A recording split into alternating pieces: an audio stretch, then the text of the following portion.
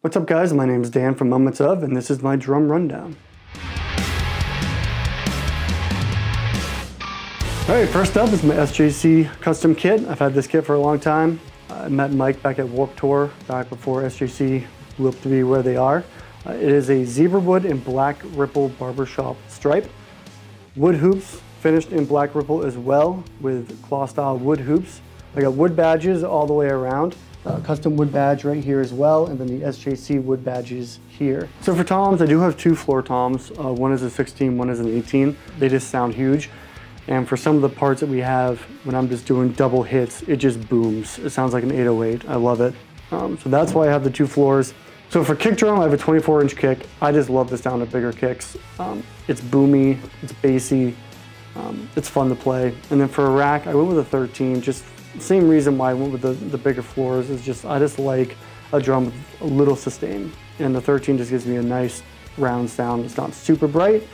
For a snare drum, I'm using a Blackwood Custom Wool Yip signature snare. It is finished in Tiffany blue. Two plugs all the way around. It is actually a seamless aluminum shell. It's super light, but it cracks. It sounds so good in every tuning. High tuning, medium or low, this thing just sounds amazing. I absolutely love it. For heads, I'm using Evans heads. These are the EC2S.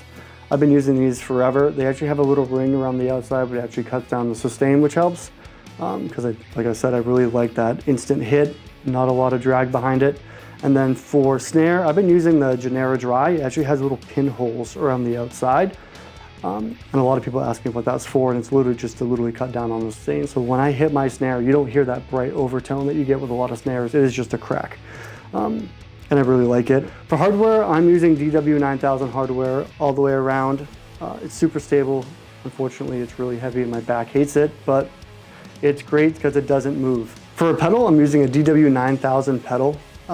Little excessive, but the only reason I switched to it is because the springs are actually loaded by the lugs that I can use with a drum key, and it actually measures the exact tension on each one. Which is literally the only reason why I bought it. For cymbals, I use Zildjian. I've been using Zildjian since day one. This is a 20-inch projection crash. I've had that in my setup basically forever. I love it. It's super bright, it cuts really well. Over here is a 21-inch anniversary ride. I actually use that as my main crash. A bunch of my favorite drummers switched over to that. I have a habit of being a heavy hitter and breaking cymbals. This is a really nice medium weight, so it sounds great, but it doesn't break. I love it. This, I switched over to a 22-inch dark ride. I used to use 8 customs all the way around, but everything kind of got lost in the mix because they were all super bright cymbals. So I kind of mixed it up and started to go with some Ks. This is a very dark ride, but I crash on it as well.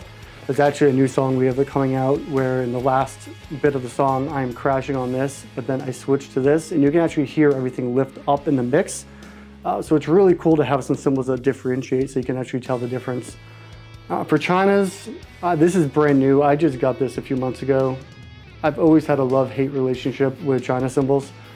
I've tried Stacks, I've tried the Wuhans, I've tried everything. And Zildjian just made this 19-inch ultra hammered China, and it sounds awesome. I use it just for accents. I don't crash on it. It cuts really well. It's super bright. It's not a lot of sustain, so it doesn't ring out over everything. So I'm pretty stoked on that. For hi-hats, I'm using a 14.25-inch K-Custom hybrid hat. I switched to these from Master Sounds because I wanted something that's a little darker, not as bright. They sound great. They cut really well, so I'm super stoked for those. But yeah, those are my cymbals. Over here is a new setup. So this is a Roland SPD SX. We got this as a controller for Ableton. So I can actually run our whole set and see it on the iPad here.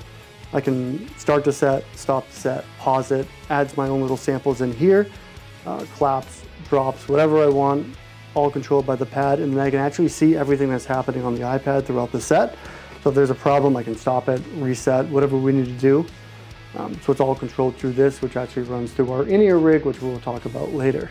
For sticks, Vic Firth 5Bs. These are actually the first sticks I ever used, and I've just stuck with them. For in-ears, I'm using 64 custom in-ears. I've been with these guys for a few years now. This is actually my second pair. I got these because they are a 6 driver, and because we have so many more instruments in this band than I'm used to, I really wanted to be able to have everything clear in my ears. But these are the A6Ts. They're great. If anyone is actually looking for in-ears, I highly suggest going with 64 audio. And that is my drum rundown.